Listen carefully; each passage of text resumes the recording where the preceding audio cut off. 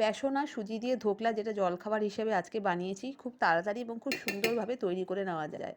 একটা মিক্সারের মধ্যে 4 বড় চামচ বেসন, 4 বড় চামচ সুজি, হাফ কাপ দই, হাফ কাপ জল, 1 চামচ চিনি, স্বাদমতো নুন আর হাফ চামচ বেকিং সোডা দিয়ে ভালো করে মিক্সারে ব্লেন্ড করে নিয়েছি। মিক্সারে ব্লেন্ড এজন্যই করছি যাতে ব্যাটারটা একদম স্মুথ তৈরি হবে।